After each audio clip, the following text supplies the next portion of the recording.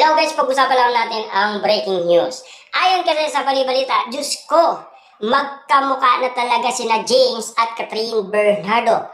Normal pa ba to? Grabe nga naman kasi ang mga fans ni na Catherine Bernardo at James.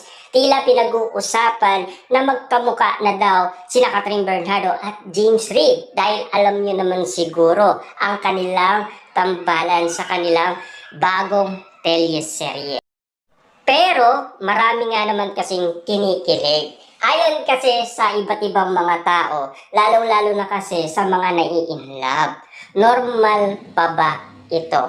Lalong-lalo na kasi kung matagal-tagal nga naman silang nagsama. Lalong-lalo na kasi may project nga naman sila sa kanilang tambalan.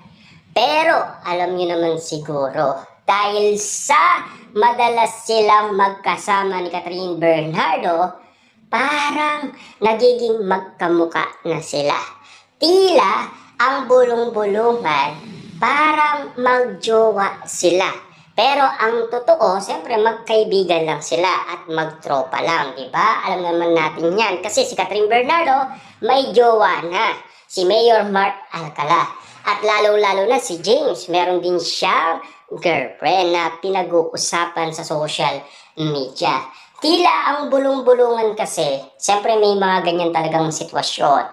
Normal lang ang ganitong sitwasyon na pinag-uusapan na magkamukha na daw sina Catherine Bernardo at James Reid. Dahil alam niyo naman siguro, gustong kiligin ang mga fans ni Catherine Bernardo at James. Tila pinagmamasdan umano ang kanilang itsura.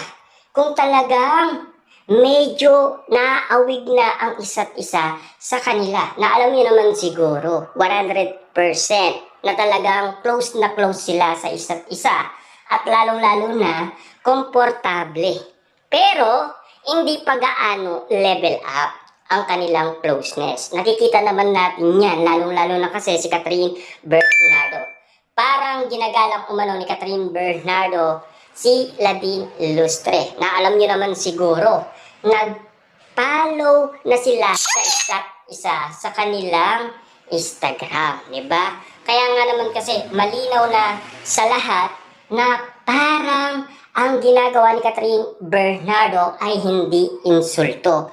Parang loyalty lang sa kanyang matalik na kaibigan. Walang iba kundi si Ladine Lustre.